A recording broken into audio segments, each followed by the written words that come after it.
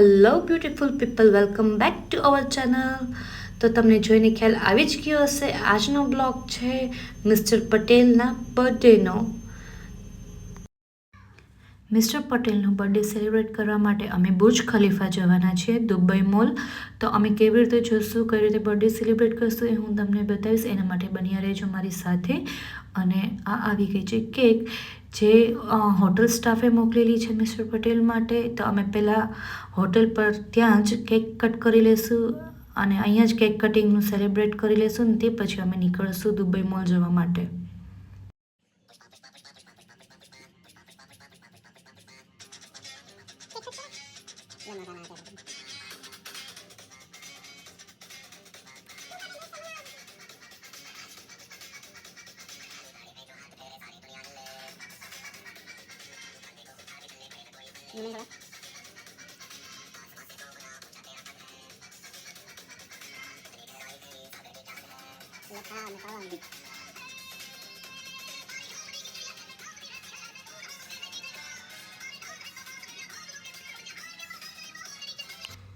ખેર પ્રિયાંશે તો ત્યાં જ સોંગ વગાડી દીધા અને અમે ત્યાં થોડુંક ડાન્સ બી કરી લીધો અને સેલિબ્રેટ બી કરી લીધું. હવે અમે આવી ગયા છીએ મેટ્રોમાં જવા માટે અને મેટ્રોમાં એક સ્ટેશન બદલાવી અને બીજી ટ્રેન પકડવાની છે. એ પકડી અને અમે બુર્જ ખલીફા પહોંચી જશું.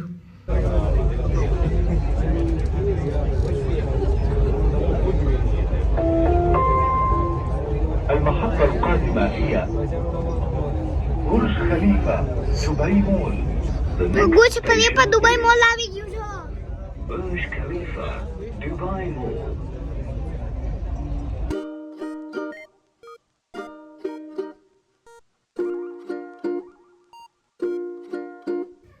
તો ફાઇનલ અમારું ડેસ્ટિનેશન સ્ટેશન આવી ગયું છે બુર્જ ખલીફા જવા માટે.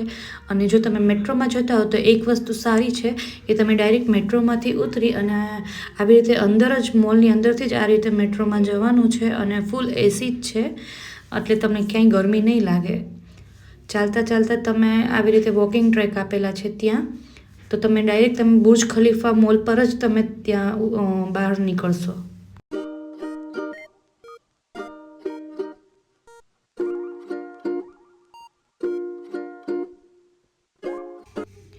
વિડીયો જોતાં જોતાં તમે સબસ્ક્રાઇબ બટન ક્લિક કરી દેજો, જેથી તમને મારા દુબઈના નવા આગળના પણ બ્લોગ જોવા મળે. તો અહીંયા સ્ટાર્ટ જ ટોય શોપથી થશે, એટલે ક્રિયાંશ વિચારે છે કે હવે હું શું રમકડું લઉં. તો તમારે પ્રિપેર રહેવાનું કે અહીંયા આવશો તો કોઈ તો ટોય લેવું જ પડશે. પપ્પા સ્ટાર્ટ. એ છે ને મને આ બધી ગિફ્ટમાં આ લઈ દે છે, પછી છે ને પછી મને આ લઈ દે છે ગિફ્ટમાં, આ લઈ દે છે, આ લઈ દે છે.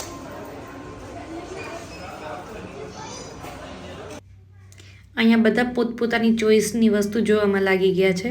ક્રિયાંશ રમકડામાં લાગી ગયો તો મિસ્ટર પટેલ શૂઝ જોવામાં લાગી ગયા છે. દુબઈ મોલ તમે એક દિવસ આરામથી તમે કાઢી જ શકો છો, સવારથી સાંજ સુધીમાં. આમ તો એમાં જોવા માટે 2 દિવસ પણ નીકળી જશે.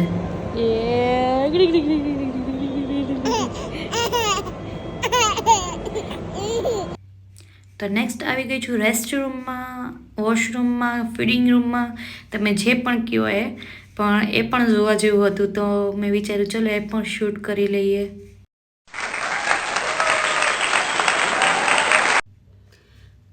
દુબઈ મોલમાં તમને બધા જ અલગ અલગ કન્ટ્રીના લોકો જોવા મળશે, like Indian, Pakistani, Afghani, Nepali, Russian, બધા લોકોના પહેરવેશ પણ જોવા મળશે અને તમને બધા જ ટાઈપના લોકો અહીંયા જોવા મળી જશે. ત્યારબાદ મોલ ફરતા ફરતા અમને લાગી હતી ભૂખ, એટલે અમે અહીંયા એક્વેરિયમની સામે જ બહુ જ સરસ રેસ્ટોરન્ટ દેખાય છે, ત્યાં અમે ડિનર કરીશું.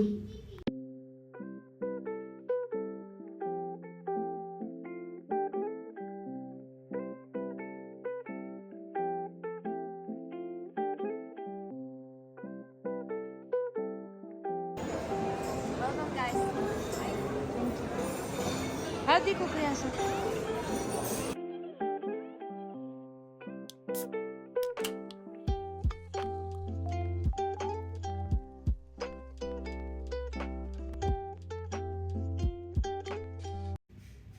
તો અમે અહીંયા અમારો ઓર્ડર આપી દીધો છે અને ફર્સ્ટ અહીંયા આવેલી છે કોમ્પ્લિમેન્ટરી.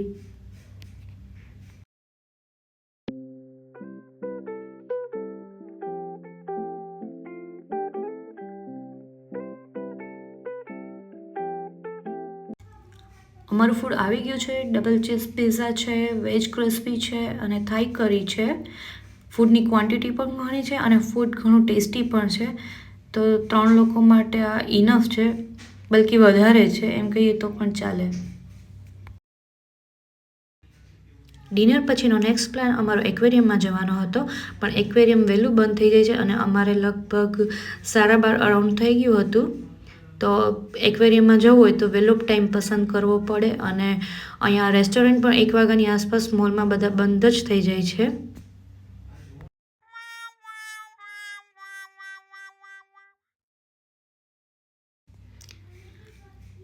મોલમાં ફરતા ફરતા અમારે રાતના 1 વાગ્યાની આસપાસ થઈ ગયું હતું.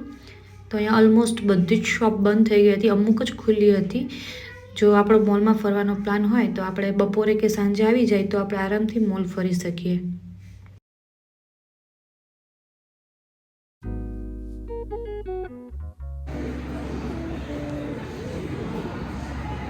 ઉપર નીચે થા, આમ જો સાઈડ પર.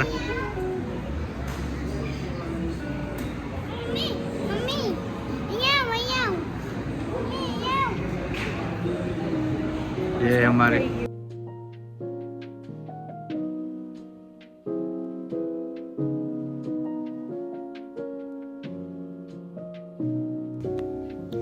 લાસ્ટમાં અમે આવી ગયા છીએ બુર્જ ખલીફાનો વ્યૂ જોવા માટે. ત્યાં તો લાઇટિંગ હતી જ એટલે અમને વાંધો નહીં આવ્યો. અમે આરામથી બુર્જ ખલીફામાં બેસી શક્યા, આરામથી ફોટા પાડી શક્યા અને રાતનો ટાઈમ હતો એટલે બહુ ક્લાઉડ પણ નહોતું, પણ બહુ જ ગરમી હતી અહીંયા.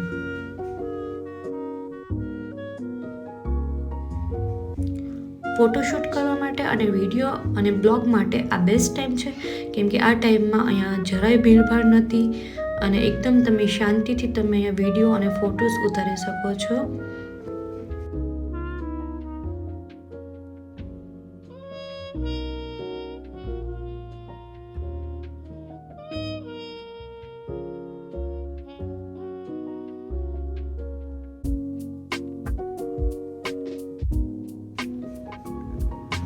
રાતના ટ્રાન્સપોર્ટની વાત કરીએ તો તમને ટેક્સી ઇઝીલી મળી જશે અહીંયા, પણ જો તમારે મેટ્રોમાં જવું હોય તો મેટ્રો સેટરડે સન્ડેના 10 થી 11 વાગ્યાની આસપાસ બંધ થઈ જાય છે અને બાકીના દિવસોમાં રાતના 1 વાગ્યા સુધી મેટ્રો તમારા માટે અવેલેબલ હોય છે. બાકી ટેક્સીની સર્વિસ તમને ક્યારેય પણ મળી રહેશે. ટેક્સી માટે અમે યુઝ કરેલી છે કરીમ કરીને એપ્લિકેશન છે, એનાથી તમને રિઝનેબલ પ્રાઇસમાં ટેક્સી મળી રહેશે. આજનો બ્લોગ અહીંયા જ પૂરો થાય છે. તો મળશે નેક્સ્ટ બ્લોગમાં. Good night, good bye.